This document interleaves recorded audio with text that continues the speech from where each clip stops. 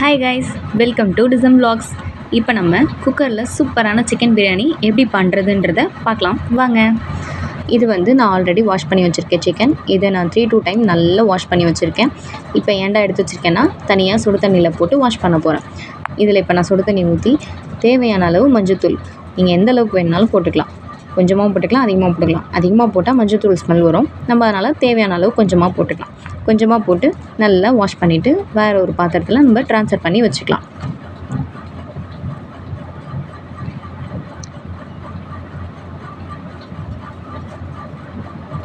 இந்த மாதிரி நல்லா நம்ம டீப் க்ளீன் பண்ணிக்கலாம். இந்த மாதிரி டீப் க்ளீன் பண்ணும்போது இன்னும் நல்லா சுத்தமாயிடும். இது இப்போ நம்ம வேறு ஒரு பாத்திரத்தில் ட்ரான்ஸ்ஃபர் பண்ணி எடுத்து வச்சுக்கலாம்.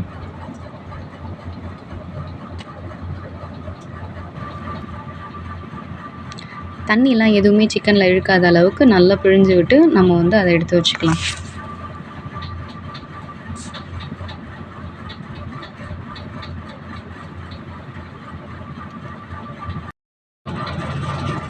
தேவையான ஸ்பைசஸ் பார்த்தலாமா? பிரியாணி இலை, 5 பட்டை, 5 கிராம்பு, 1 டீஸ்பூன் சோம்பு. இதை அப்படியே தனியாக எடுத்து வச்சுட்டு இப்போ வந்து பெரிய வெங்காயம் 2 வந்து நல்லா ஸ்லைஸாக கட் பண்ணி வச்சுருக்கேன். அதே மாதிரி தக்காளியும் பெரிய சைஸில் 2 கட் பண்ணி வச்சுருக்கேன். ஆஃப் லெமன், சில்லி 2, கைப்பிடி அளவு புதினா, கைப்பிடி அளவு கொத்தமல்லி எடுத்து வச்சுருக்கேன். இது 2 எடுத்து வச்சுட்டு வீட்டிலே அரைச்ச இஞ்சி பூண்டு விழுது இது வந்து நம்ம எடுத்து வச்சுக்கலாம் தனியாக. அதே மாதிரி அது வந்து தயிர், வீட்டிலே புறக்கூத்துன தயிர் நான் எடுத்து வச்சுருக்கேன். கடையில் வாங்கின தயிரும் நீங்கள் யூஸ் பண்ணிக்கலாம். வாஷ் பண்ணி வச்ச சிக்கன், ஆல்ரெடி நான் வாஷ் பண்ணி வச்சுருக்கேன் பாஸ்மதி அரிசி, இதுவும் நல்லா வாஷ் பண்ணி தான் நான் எடுத்து வச்சுருக்கேன். வாஷ் பண்ணிவிட்டு தான் நம்ம தண்ணி ஊற்றி ஊற வைக்கணும். இப்போ வந்து நம்ம ரெடி பண்ணலாம் வாங்க. குக்கர் நல்லா சூடானதும் எண்ணெய் ஊற்றிக்கலாம். எண்ணெயும் கொஞ்சம் காயட்டும். எண்ணெய் காஞ்சதுன்னு நம்ம 1 by 1 ஸ்பைசஸ் வந்து போட்டுக்கலாம். எண்ணெய் வந்து நல்லா சூடாகட்டும். இப்போ ஸ்பைசஸ் ஒன்று ஒன்றா போடலாம். நம்ம எடுத்து வச்சுருந்த பட்டை, கிராம்பு, இலை, சோம்பு எல்லாத்தையும் நம்ம ஆட் பண்ணிக்கலாம்.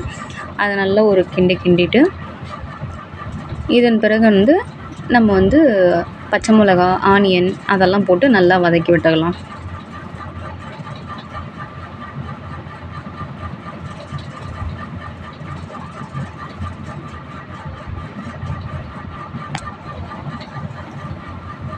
இது பொன்னிறமாக கொஞ்சம் ஆனதும் நம்ம அதுக்கப்புறம் தக்காளி வந்து ஆட் பண்ணிக்கலாம். இந்த ஸ்டேஜ் பாருங்கள். இந்த ஸ்டேஜில் இப்போ நம்ம வந்து தக்காளி ஆட் பண்ணிக்கலாம்.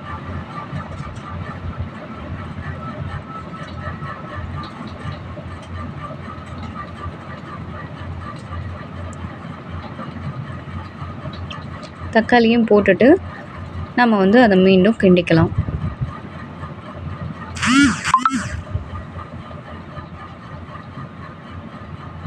குக்கரில் பண்ணுறது ரொம்பவே சுலபமான விஷயந்தான். இது நம்ம நார்மலாக பாத்திரத்தில் பண்ணுற மாதிரி தான் இதுவும். நம்ம அளவுகளுக்கு வந்து கரெக்டாக போட்டோம்னா அது சூப்பராக வரும். இப்போ இஞ்சி பூண்டு விழுது போட்டுக்கலாம். நான் 2 ஸ்பூன் இஞ்சி பூண்டு விழுது போட்டிருக்கேன். இதையும் நல்லா ஃப்ரை பண்ணுற மாதிரி நல்லா வந்து கிண்டிக்கலாம். அதன் பிறகு புதினா, கொத்தமல்லி நம்ம எடுத்து வச்சுருக்கிறத இதில் ஆட் பண்ணி வச்சுப்போம்.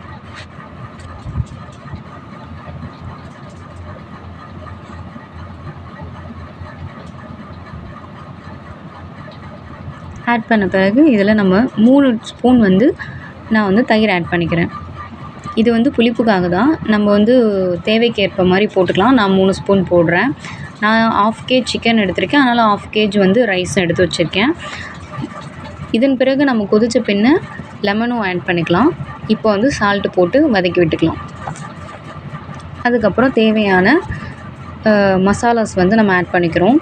நான் வந்து தனி மிளகாத்தூள் போட்டிருக்கேன். தேவையான அளவு நமக்கு எந்த அளவுக்கு காரம் தேவையோ அந்த அளவுக்கு நம்ம மசாலா எல்லாத்தையும் நம்ம போட்டுக்கலாம். நான் மல்லித்தூள் மசாலா, கரம் மசாலா, பிரியாணி மசாலா, தனி மிளகாத்தூள் இது எல்லாத்தையுமே நான் ஆட் பண்ணியிருக்கேன். நான் குழம்பு மிளகாத்தூள் வந்து போடலை. அது போட்டால் இன்னும் கூடுதலாக காரமாக இருக்குன்றதுனால நான் அதை மட்டும் அவாய்ட் பண்ணிவிட்டு அதை மற்ற எல்லா மசாலாவும் போட்டிருக்கேன். இப்போ நம்ம வந்து இதில் சிக்கனை வந்து நம்ம ஆட் பண்ணிக்கலாம். சிக்கனை நம்ம நல்லா போட்டுட்டு அதை நல்லா கிண்டிக்கலாம்.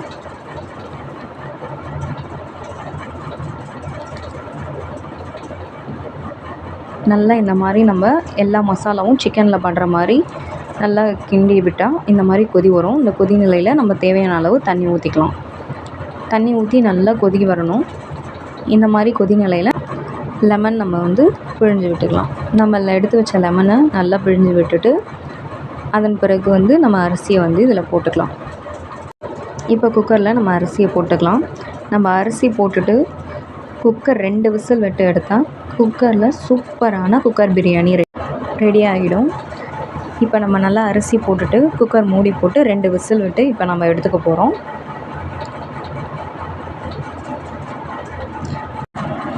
பாருங்கள், பாஸ்மதி அரிசியில் செஞ்ச குக்கர் பிரியாணி எந்த அளவுக்கு சூப்பராக வந்திருக்கு பாருங்கள்.